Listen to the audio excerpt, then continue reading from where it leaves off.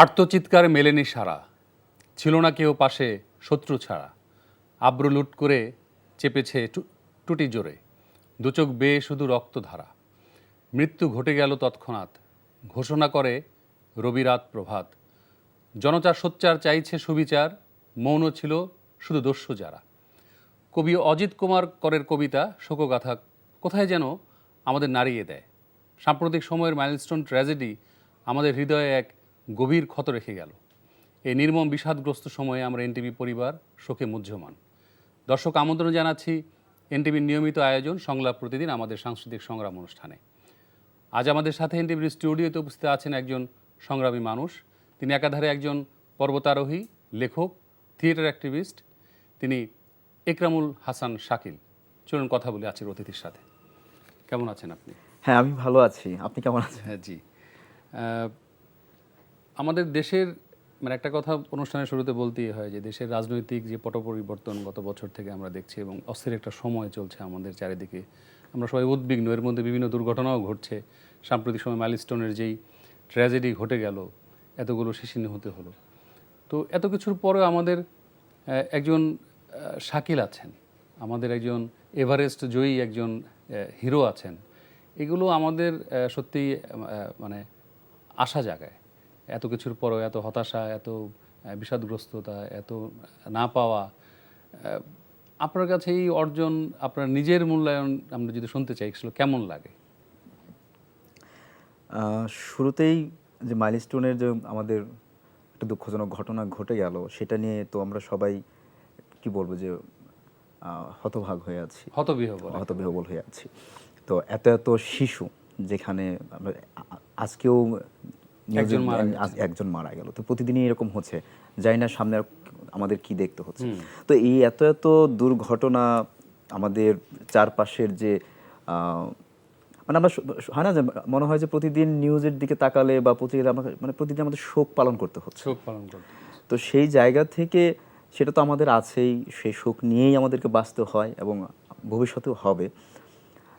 এর মধ্যে এই আমার কথা যদি বলি, আমি এভারেস্ট অভিযানটা শেষ করে এলাম।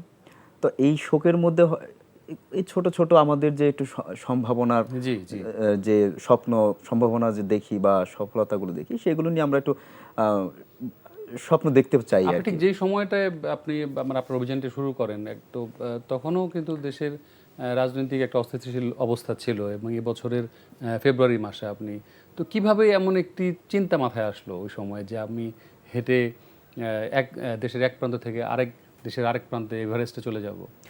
না, যে আমরা তো সবাই সবার জায়গা থেকে লড়াই করছি। জি, আমাদের দেশটাকে নিয়েই লড়াই করছি, বা আমাদের দেশের সম্মানটা নিয়েই আমরা চেষ্টা করছি।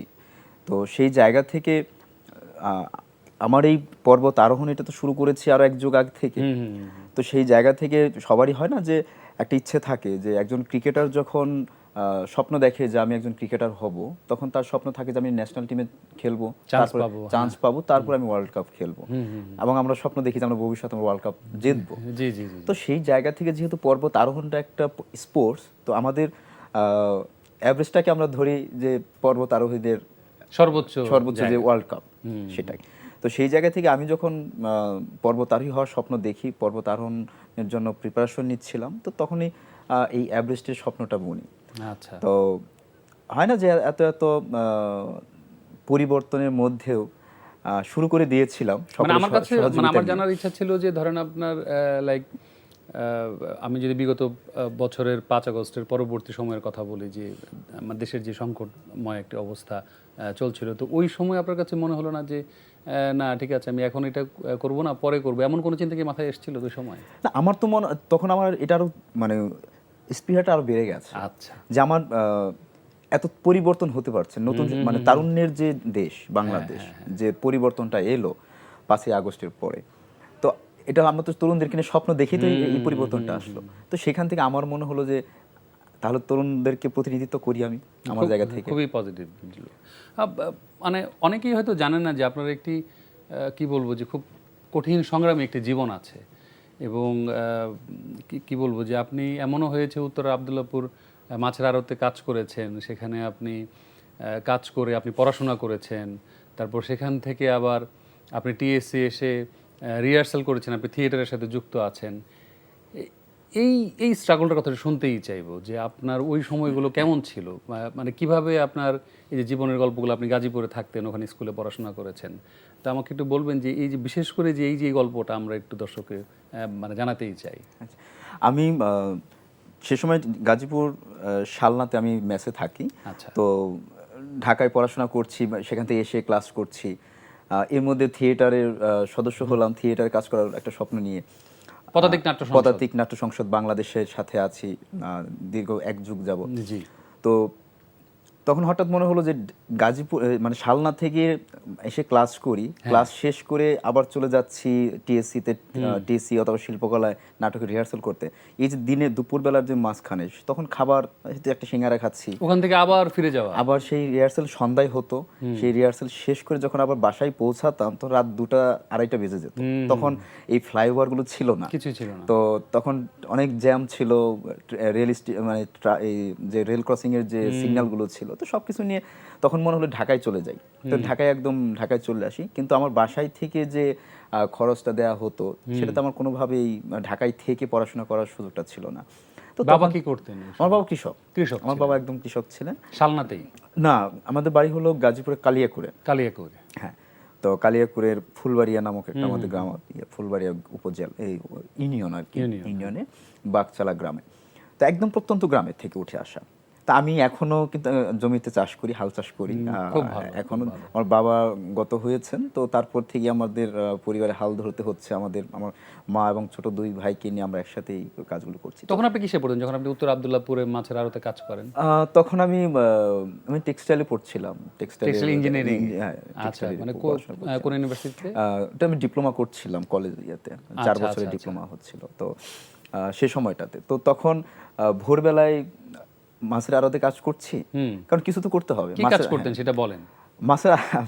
মাছের আড়তে যে ঢাকার বাইরে থেকে যে মাছগুলো আসতো সেটা পাইকারি বাজার ছিল, সারা রাতে মাছ আসতো, ভোর রাতে সেই মাছগুলো মানে যারা খুচরা বিক্রি করতে নেয় ওটা তারা নিয়ে ওটা ছড়াতো। সে সময় সেই মাছগুলোকে এই ট্রাকে তোলা, নামানো, সেগুলো আবার ই করে হিসেব করে রাখা, এই কাজগুলো করতে হতো। তখন ছোট ছিলাম, ভারী কাজও করতে পারতাম না। তারপরে সুপার শপে কাজ শুরু করলাম। একটু ভালো জায়গায় কাজ করার জন্য চেষ্টা করলাম, যে দেখি একটু সুপার শপে কাজ করি। তো একটা সুপার শপে কাজ করি, ওখানেও তো মাছ কাটার কাজই করে। হ্যাঁ, সেখানেও কপাল গুনে সেখানে ওই ফিশ অ্যান্ড মিটের পড়েছিলাম, ওই মাছ কাটার কাজটা পড়েছিল। তো যে কারণে আমি মাছটা ভালো কাটতে পারি।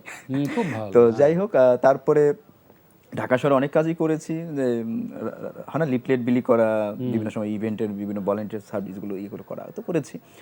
তো তখন থেকেই মানে মনে হচ্ছিল কিছু একটা করি। যেমন বন্ধুরা যখন ক্লাস করতো, ক্লাসের ফাঁকে আড্ডা দিত, সে সময় আমি আড্ডা দিতে পারতাম না। আমার কোনো বন্ধু বান্ধবদের সাথে ওইরকম ভাবে কোনো সার্কেল তৈরি হয়নি। আমি খুব ভালো জায়গা চিনতাম না, ভালো জায়গায় খেতে যেতে পারতাম না। কারণ হয় না যে কোথাও খেতে গেলে তো শেয়ার করতে হবে, আমার কাছে তো টাকা নেই, তো আমি শেয়ার করবো কোথা থেকে? তো যে কারণে আমি হয়তো বন্ধুদের সাথে আড্ডাও দিতাম না। আমার আপনাকে প্রশ্ন করার উদ্দেশ্য আসলে একেবারেই আমি বলবো যে কোনো পেশাকেই খাটো করে দেখার কোনো উপায় নেই, এবং ইকরামুল হাসান শামীম এত প্রান্তিক, হ্যাঁ, এত প্রান্তিক একটি জায়গা থেকে উঠে আসা একজন মানুষ, এবং সে এভারেস্টের মানে পৃথিবীর সবচেয়ে বড় যে শৃঙ্গ সেখানের সর্বোচ্চ চূড়ায় পৌঁছেছেন। এটাই হচ্ছে আপনার অ্যাচিভমেন্ট। হ্যাঁ, এই জায়গাটাতে আমি কোনো পেশাই আসলে খাটো না, কোনো পেশাই খাটো না। আমি রং মিস্ত্রির সহযোগী হিসেবে কাজ করেছি, আমি ইলেকট্রিশিয়ানের সহযোগী হিসেবে কাজ করেছি। তো আমি যখন যেটা সুযোগ পেয়েছি আমি সেটাই করেছি। কিন্তু কখনোই মানে কাজকে ছোট করে দেখা বা আমি এটা করব না বা এটা পারি না, আমি সেটা কখনো, আমি চেষ্টা করেছি। মানে হয় না, জীবনটাই তো একটা লড়াইয়ের জায়গা। এখন আপনি কোথায় পড়ছেন? এখন আমি পড়াশোনা করছি না। মানে পড়াশোনা শেষ করেছেন? হ্যাঁ। আচ্ছা, পড়াশোনা শেষ করেছেন। আপনি কি ইঞ্জিনিয়ারিং পড়াশোনা করেছেন?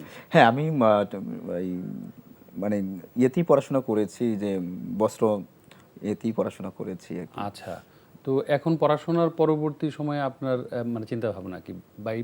না, আমি যে ইয়েতে পড়াশোনা করেছি সেই ইয়েতে নেই, যেহেতু আমি টেক্সটাইলে পড়াশোনা করেছি, আমি টেক্সটাইলের সাথে নেই। তো এখন যেহেতু এখন একটি স্পোর্টসের সাথে আছি, সেই স্পোর্টসটা নিয়ে কাজ করছি, পাশাপাশি একটু লেখালেখি করছি। আচ্ছা আচ্ছা, এটা খুবই গর্বের বিষয় যে আপনি আপনার পরিচয়কে লুকাতে চাননি কখনোই, সবসময় আপনি মানে সত্য কথাটাই বলেছেন, এবং এই জন্য আপনি অবশ্যই বাহবা পাওয়ার যোগ্য। আমি আমার জায়গা থেকে বলবো। এ, কবে কখন আপনার মাথায় যে এই এই পর্বত আরোহণের মতো বিষয়টি মাথায় এলো, বা কিভাবে যুক্ত হলেন এর সাথে আপনি? আমি যেহেতু ছোটবেলায় গ্রামে বড় হয়েছি, গ্রামে মানে হয় না যে গ্রামীণ দুরন্তপনা যেটা থাকে আর কি, শৈশব, সেই ডান পিঠে যে শৈশব যেটাকে বলে, সেটা আমি পুরোটাই পেয়েছি। তো তখন থেকে আমি খেলাধুলা করতাম, ফুটবল ক্রিকেট গ্রামে খেলাধুলা করতাম। তো আমার খুব ইচ্ছে ছিল যে আমি স্পোর্টসের সাথে থাকবো। জি। তো তখন যখন এই এভারেস্ট, বাংলাদেশের মানুষ এভারেস্ট আরোহণ করে ফেললো, তো তখন আমি মুহিত ভাই এবং নিশাত আপুর একটা ইন্টারভিউ দেখছিলাম। আচ্ছা। যে তখন তারা বলছিল যে আমাদের ক্লাবে আমরা নতুনদেরকে সুযোগ দিচ্ছি, এবং পর্বত আরোহণটা এটা একটি স্পোর্টস। এর আগে কিন্তু জানতাম না যে এটা স্পোর্টস। তো তখন মনে হলো তাহলে পর্বত আরোহণের সাথে আমার যুক্ত হতে হবে। হ্যাঁ, আচ্ছা। তো তারপরে আস্তে আস্তে মুহিত ভাইয়ের সাথে যোগাযোগ করা, ক্লাবের সদস্য হওয়া। জি। তারপর আমি ভারতের নেহেরু ইনস্টিটিউট অফ মাউন্টেনিয়ারিং থেকে পর্বত আরোহণের উপর বেসিক প্রশিক্ষণ নেই 2014-তে। 2018-তে আমি উচ্চতর প্রশিক্ষণ নেই। তো এরপরে আবার 2015-তে আমি একটা 6000 মিটার পর্বত আরোহণ করি মুহিত ভাইয়ের নেতৃত্বে। তো এরপরে কি নাম ছিল সেটা? সেটা মাউন্ট কেয়াজুরি। মাউন্ট কেয়াজুরি এটা নেপালের সোলুখুম্বুতে। সেটা যখন ক্লাইম্ব করলাম, যে আমি হয় না যে ছোট প্রথমে চান্স পেয়েছি, মানে সুযোগ পেয়েছি ক্লাব থেকে ক্লাইম্ব করার, এবং সেটা প্রথমেই আমি সফল হয়েছি। তো আমার ক্লাব তারপর থেকে আমার প্রতি তাদের একটু আলাদা কেয়ার শুরু হয়ে গেল, যে শাকিলকে দিয়ে হয়তো ভবিষ্যতে ভালো কিছু করানো সম্ভব। তো তারপর থেকে তারা আমাকে উচ্চতর প্রশিক্ষণের জন্য আবার সেই একই প্রতিষ্ঠানে পাঠালেন। তো সেখানেও ভালো রেজাল্ট করেছি। তো তারপরে আস্তে আস্তে 6000 মিটার 7000 মিটার অভিযান করি। 2019-এ আমি 7000 মিটার একটা পর্বত অভিযান করি হিমলুং, নেপালে। সেটাতে মুহিত ভাই ছিল এবং আমি ছিলাম বাংলাদেশ থেকে। আমার 5টা দেশের 8 জন পর্বতারোহী ছিলাম। তার মধ্যে আমাদের একজন পর্বতারোহী স্প্যানিশ এক পর্বতে মারা যায়। আমাদের আপনাদের সাথে? হ্যাঁ, আমাদের টিমমেট। আমরা যে 8 জন পর্বতারোহী ছিলাম, তার মধ্যে একজন মারা যায়। আপনারা চোখের সামনে দেখেছেন সেগুলো? হ্যাঁ। এবং আর আমি আমাদের টিমের মধ্যে আমি সেই পর্বতটা আরোহণ করতে পেরেছিলাম। তো যে কারণে তারপর থেকে আমার আরো মুহিত ভাই তখন বুঝলেন যে শাকিলকে দেখেন এভারেস্টের জন্য প্রিপারেশন নেওয়া প্রয়োজন, সম্ভব। তো তারপর কোভিড চলে এলো, আর কোভিডের সময় বসে বসে শুধু কি করা যায়। তো তারপর একটা প্ল্যান করলাম যে গ্রেট হিমালয় ট্রেল নামে একটা অভিযান করলাম, যেটা নেপালের পূর্ব থেকে পশ্চিম বর্ডার টু বর্ডার। এটা পৃথিবীর সব থেকে উঁচু দিয়ে সব থেকে দুর্গম একটা হিমালয়ান ট্রেল। সারা পৃথিবীতে এটা খুব অল্প সংখ্যক মানুষ করেছে, যে 32-33 জন মানুষ এটা কমপ্লিট করতে পেরেছে এখন পর্যন্ত। তো সেই অভিযানটা আমি শুরু করি 2022-এ। 2023-এ গিয়ে আমি সেই অভিযানটা শেষ হয়। আমি 109 দিনে 1700 কিলোমিটার পথ হেঁটে সেই অভিযান। আমি সেটাই বলছি দর্শকদের উদ্দেশ্যে, যে এভারেস্ট জয় করা আপনি 7ম বাংলাদেশী, এবং আপনি C2 সামিট নামের এই অভিযানে আপনি এই বছরের 25 ফেব্রুয়ারি কক্সবাজার থেকে হেঁটে যাত্রা করেন, এবং 19 মে এভারেস্টের চূড়ায় আপনি পৌঁছান। এইটা আবার গত 29 মে নেপাল থেকে, বছর 29 মে নেপাল থেকে আবার দেশে ফেরেন। তো এই অভিযানে আপনার ইচ্ছে ছিল যে সমুদ্রের সাথে পর্বতের একটি সংযোগ তৈরি করা, মানে সেটা কেমন, মানে সেটা একটা জায়গায় আমি বলবো। আরেকটা বিষয় জানতে চাইবো যে আপনি যখন মানে এভারেস্টে উঠলেন, বাংলাদেশের পতাকা আপনি ওড়ালেন, সেই সময়ের অনুভূতিটা কেমন ছিল? আমরা খুবই ভাগ্যবান, মানে আমরা যদি বলি যে আমাদের সমুদ্রটাও আছে, আমাদের হিমালয়টা আছে। এই দুইটা আমি মনে করি আমরা ভাগ্যবান না হলে এই দুইটা একসাথে পাওয়া সম্ভব ছিল না। তো এইটা আমাদের প্রকৃতির জন্য, এটা আমাদের কৃষির জন্য, এটা আমাদের জীববৈচিত্র্যের জন্য একটা আশীর্বাদ। তো আমার মনে হলো যে এই সমুদ্রটা এবং হিমালয়টাকে আমি একটু কানেক্ট করানোর চেষ্টা করেছি। আর আমি যেহেতু প্লাস্টিক পলিউশন নিয়ে কাজ করি, আমি সমুদ্রেও প্লাস্টিক দূষণ পেয়েছি, সমতলেতে আছেই। আমি হিমালয়ে যতবার গিয়েছি ততবার প্লাস্টিক দূষণ পেয়েছি। তো আমার ইচ্ছে ছিল যে আমি এই দীর্ঘ পথটা পায়ে হেঁটে যাব এবং প্লাস্টিকের সম্পর্কে মানুষকে সচেতন করব, পরিবেশ সম্পর্কে। তো এই মূলত এইটাই ছিল আমার মূল চিন্তা, জার্নির উদ্দেশ্যটা। এবং আরেকটা উদ্দেশ্য ছিল যে এভারেস্ট অভিযান শুরু হয় আপনার 17,000 ফিট উপর থেকে। আচ্ছা। তাহলে এই যে 17,000 ফিটের আগে, 0 থেকে 17,000 ফিট, এটা তো অভিযান হচ্ছে না। তো আমার মনে হয় তাহলে এই পথটা আমি পুরোটাই হাঁটতে চাই। আমি একদম 0 থেকে পৃথিবীর একদম টপ পর্যন্ত আমি আমার পায়ের পদচিহ্ন রাখতে চাই। এটাই ছিল আপনার একটা স্বপ্ন। তো তারপরে আমি 25 ফেব্রুয়ারিতে কক্সবাজার ইনানি সমুদ্র সৈকত থেকে হাঁটা শুরু করি। 64তম দিনে গিয়ে আমি এভারেস্ট বেস ক্যাম্পে পৌঁছাই। এর মধ্যে যমুনা নদী আমাকে সাঁতরে পার হতে হয়, খরস্রোতা নদীটা। জি, আমি শুনেছি, এবং সেটা খুবই মানে ভয়াবহ ছিল, কারণ আপনাকে ব্রিজ দিয়ে যেতে দেওয়া হয়নি। অনুমতি দেওয়া হয় বাধ্য হয়ে আপনার কয়েকজন এই হ্যাঁ, নদী সাঁতরিয়ে গেছেন। সাঁতরাতে হয়েছে। তারপরে ইন্ডিয়া হয়ে নেপালে গিয়েছি। 64তম দিনে গিয়ে আমি বেস ক্যাম্পে পৌঁছেছি। বাংলাদেশের কোন মানে জায়গাটা বের হলেন? বাংলাবান্ধা বাংলাবান্ধা দিয়ে বেরিয়েছি এবং কাকরবিটা দিয়ে নেপালে ঢুকেছি। এই পুরো মানে রাস্তা আপনি হেঁটে গিয়েছেন? পুরো রাস্তা আমি হেঁটেছি, কোথাও কোনো প্রকার যানবাহন ব্যবহার মানে করিনি। আমি সেটা যতদূর মোটরে জেনেছি বলুন, যে আপনি 90 দিনের একটি টার্গেট নিয়েছিলেন এবং আপনি 84 দিনেই দিনে আপনি শেষ এই অভিযান করেছি। শেষ করেন এবং 1300 কিলোমিটার পথ আপনি হেঁটে অতিক্রম করেছেন। 1372 কিলোমিটার হেঁটে বেস ক্যাম্পে যাই, আচ্ছা। বেস ক্যাম্প পর্যন্ত। তো এরপরে আমার মূল অভিযান শুরু হয়, সেই ক্লাইম্বিং এর অভিযানটা শুরু হয় অংশটা বেস ক্যাম্প থেকে। বেস ক্যাম্প থেকে প্রথমে আমরা ক্যাম্প 2 ক্যাম্প জি, 1, জি। বেস ক্যাম্প থেকে ক্যাম্প 1, ক্যাম্প 2, জি। ক্যাম্প 3 পর্যন্ত গিয়ে রোটেশন করে আবার ক্যাম্প হ্যাঁ। বেস ক্যাম্পে ফিরে আসি। যখন ফিরে আসি তখন আমি ক্রেভাসে একবার পড়ে যাই, যেটা সবথেকে ভয়ঙ্কর, যে খুমবাইস ফলে ক্রেভাসে পড়ে যাওয়া। তো এই ক্রেভাসে পড়ে যাওয়াটা, এই গল্পটা আমি আজকে প্রথম শেয়ার করছি। আচ্ছা। যদিও ক্রেভাসে পড়ে যাই, কারণ যখন আমি রোটেশন থেকে ফিরে আসি সে সময় আমি ক্রেভাসে পড়ে যাই। একদম গভীরে পড়ে যাই না, আমি দড়িতে আটকে থাকি। তো এটা কি শেষের 30 দিনের কথা বলছেন আপনি? হ্যাঁ, লাস্টে 20 দিনের 20-25 দিনের। হ্যাঁ। তো রোটেশন থেকে ফিরে এসে আমি ডান হাতের যে এই জায়গাটায় আমি এইখানেরটাতে সম্ভবত ওই সময় আপনি একা হয়ে যান। হ্যাঁ, একা ছিলাম। কারণ আমার যে গাইড, আমার যে শেরপা গাইড ছিল, সে উপরে ছিল, সে রুট ফিক্সিং টিমে ছিল। তো তখন আমি অন্য ক্লাইম্বারের যে গাইড, ওদের পেছনে পেছনে আমি আমার রোটেশনটা করেছিলাম। জি, জি, তো যে কারণে আমার কোনো ব্যক্তিগত কোনো শেরপা গাইড ছিল না সেই সময়টাতে, যে কারণে আমার জন্য একটু এই চ্যালেঞ্জ ছিল বেশি। জি, জি, জি। তো তখন খুবই মনে হচ্ছিল যে আমি এই বুঝি শেষ, হ্যাঁ, এখানেই মনে হয় স্বপ্ন শেষ হয়ে গেল। কারণ হাতে যখন ব্যথা পেয়ে গেলাম, এই হাতে তো ভাবলাম যে এই হাত দিয়ে কাজ নাড়াতে পারছিলাম না। 4-5 দিন এই হাতটা প্রচণ্ড ব্যথা ছিল। তো তারপরে যখন আবার ফাইনাল পুশে বের হই, আমি ফাইনাল পুশে বের হই 15 তারিখ। 15 তারিখ রাত 1:30টার সময় বেস ক্যাম্প থেকে রওনা হই আমি। এবং আপনার কাছে একটু মানে আমি সরি মাঝখানে ইন্টারফেয়ার করছি, যে এই যে আপনার যে লাস্ট যে এক্সপেডিশনের কথা বলছেন আপনি, সেখানে তো আপনার কাঁধে একটা ভারী মানে বোঝাও ছিল। সেটার ওজন কত ছিল? না, ওই জায়গায় ওজনটা আমাদের বিভিন্ন জায়গায় কমে বাড়ে। আচ্ছা। কারণ বেস ক্যাম্প থেকে যখন ক্যাম্প 1-এ যাচ্ছি তখন কিছুটা বেশি থাকছে, ক্যাম্প 1 থেকে যখন ক্যাম্প 2-তে যাচ্ছি তখন কিছুটা কমছে, আবার ক্যাম্প 2 থেকে যখন ক্যাম্প 3-তে যাচ্ছি তখন আবার কিছুটা বাড়তেছে, মানে এরকম আস্তে আস্তে কমতেছে বাড়তেছে। জি, তারপর যেটা বলছিলেন আপনি। তো খুমবয়েস ফল হয়ে আমরা ডিরেক্ট বেস ক্যাম্প থেকে ক্যাম্প 2-তে চলে যাই। তখন আর বেস ক্যাম্প 1-এ থাকি না। ক্যাম্প 2 থেকে আমরা অক্সিজেন সিলিন্ডার ক্যারি করি এবং ক্যাম্প 3 থেকে অক্সিজেন নেওয়া শুরু করি। তো আমি ক্যাম্প 4-এর আগে সর্বপ্রথম 8000 মিটারের ডেড জোনে গিয়ে একটা ডেড বডি দেখতে পারি। জি, আমরা দেখেছি একটা ছবিতে আপনি একটা ডেড বডির পাশে দাঁড়িয়ে আছেন।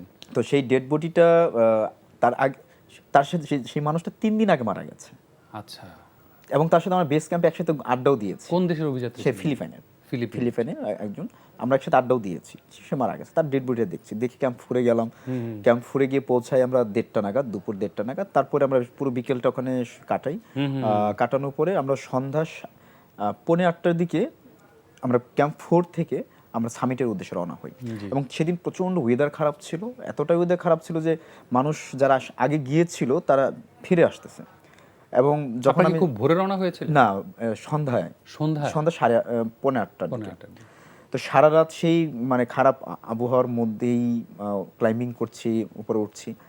তো ভোরে গিয়ে যখন হিলারি স্টেপে পৌঁছাই, সে সময় মানে খুবই ঝুঁকিপূর্ণ একটা জায়গা হিলারি স্টেপ।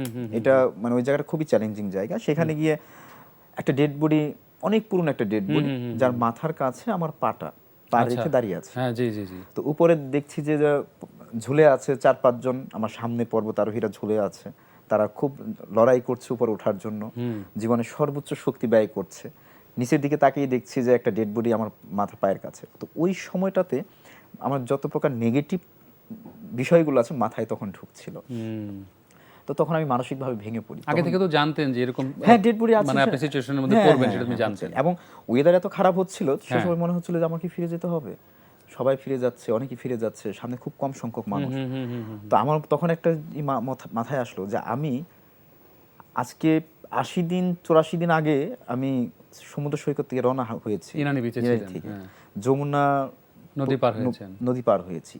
এত প্রতিবন্ধকতা শরীরের সাথে, মানসিক প্রতিবন্ধকতা, এত প্রতিবন্ধকতার লড়াই করে আজকে এসে এখানে দাঁড়িয়েছি। আমি যদি এখন এখান থেকে ফিরে যাই তাহলে আমি ইতিহাস করে ফিরে যেতে চাই, আর যদি ফিরে না যাই তাহলে তার কিছু বলার নেই, তাহলে তার গল্প বলার কেউ থাকবে না। আর আমি যদি ফিরে যাই তাহলে যেন আমি সেই ইতিহাস করে ফিরে যেতে চাই এবং সেই গল্পটা যেন বলতে পারি যে হ্যাঁ আমি বাংলাদেশের পতাকাটা চূড়ায় তুলে ধরেছি। তো এইটা করেই তখন নিজেকে মোটিভেট করছিলাম। তো উপরে উঠে গেলাম যখন হিলারি স্টাফটা উঠে গেছে আরেকটা ডেড বডি। তো সেই ডেড বডি দেখে তখন মনে হচ্ছে কি এখন শুধু দেখছি মৃত্যুপুরী, এখানে শুধু ডেড বডিই দেখছি। তো দূরে দেখি যে চূড়ায় যারা পৌঁছে গেছে তারা খুব হাত তুলে মানে নিজেদের মানে কি বলে সেটাকে বিজয় উল্লাস করছে। তখন আমার মনে হচ্ছে যে ওই তো জায়গা যার জন্য এত স্বপ্ন দেখেছি, এত মৃত্যুটাকে মানে উপেক্ষা করে এখানে এসেছি। তো আমিও এখানে যাব, আমার বুক পকেটে যে বাংলাদেশের পতাকাটা আছে সেই পতাকাটা তুলে দেবো। চূড়ান্তভাবে পতাকাটা আপনি আপনি মানে মানে কখন ওখানে গেলেন? আমি ভোর 6:30 আমি চূড়ায় গিয়ে পৌঁছাই এবং সেখানে গিয়ে বাংলাদেশের পতাকাটা আপনার সাথে আরো মানুষ সে সময় সে সময় খুব কম সংখ্যক মানুষ ছিল। তো কারণ আমরা একটু দ্রুত গিয়ে যাই বলে আমরা একটু প্রথম দিকেই আমরা থাকি আর কি। আর আমাদের পেছনেও বেশ কিছু মানুষ আসে, সেদিন আবার কম সংখ্যক মানুষের সামিট হয়। তো তারপর অনেক মানুষ, কম হলেও অনেক। আর ওয়েদার এতটা খারাপ হয়ে যায়, আমার একটা আফসোস যে আমি পৃথিবীর সব থেকে উঁচু জায়গায় দাঁড়িয়ে আমি পৃথিবীটাকে দেখতে পারিনি। মানে চারপাশ হোয়াইট আউট হয়ে বরফাচ্ছন্ন ছিল, হ্যাঁ মানে মেঘে ঢেকে ছিল। আর এতটাই ওয়েদার খারাপ ছিল যে তখন বারবার মনে হচ্ছিল আমাকে বেঁচে ফিরতে হবে। আমি যদি এখান থেকে ফিরে না যাই তাহলে আমার কোনো আমি গল্পটা কে বলবে, আমি এই পতাকাটা দেশে নিয়ে যেতে হবে। আর এই জিনিসটা হলো কি যে পতাকার যে শক্তি, এই শক্তিটা যারা পতাকার এটা বহন করে, প্রতিনিধিত্ব করে, তখনই বোঝা যায় যে পতাকার যে শক্তিটা কতটুকু এবং সেটার কতটুকু সাহস।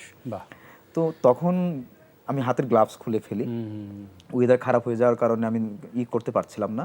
তো হাতে আমার সাথে সাথে আঙ্গুলগুলো সব মানে কালো হয়ে যায়, মানে ফ্রস্ট বাইটের ফার্স্ট স্টেজ চলে আসে।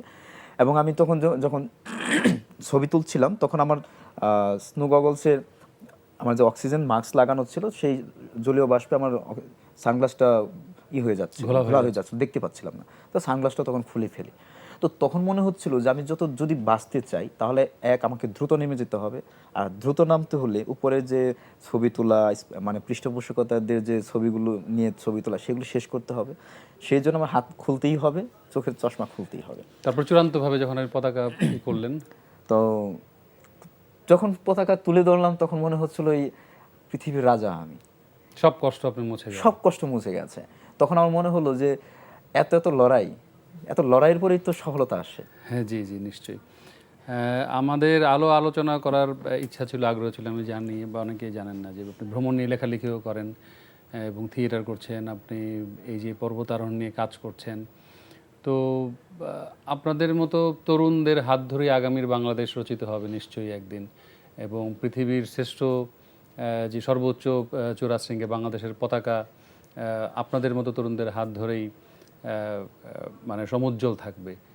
সেই প্রত্যাশা রেখে এনটিভিতে আজকে আসার জন্য আপনাকে অসংখ্য ধন্যবাদ জানাচ্ছি। আপনাকেও ধন্যবাদ এবং এনটিভিকেও ধন্যবাদ। জি, ভালো থাকবেন আপনি। দর্শক, আপনারা দেখছিলেন সংলাপ প্রতিদিন, আমাদের সাংস্কৃতিক সংগ্রাম অনুষ্ঠানটি। আমাদের আজকের আয়োজন এখানেই শেষ হচ্ছে। পরবর্তী অনুষ্ঠান দেখার আমন্ত্রণ জানিয়ে আজকের মতো এখানেই বিদায় নিচ্ছি। ভালো থাকবেন সবাই।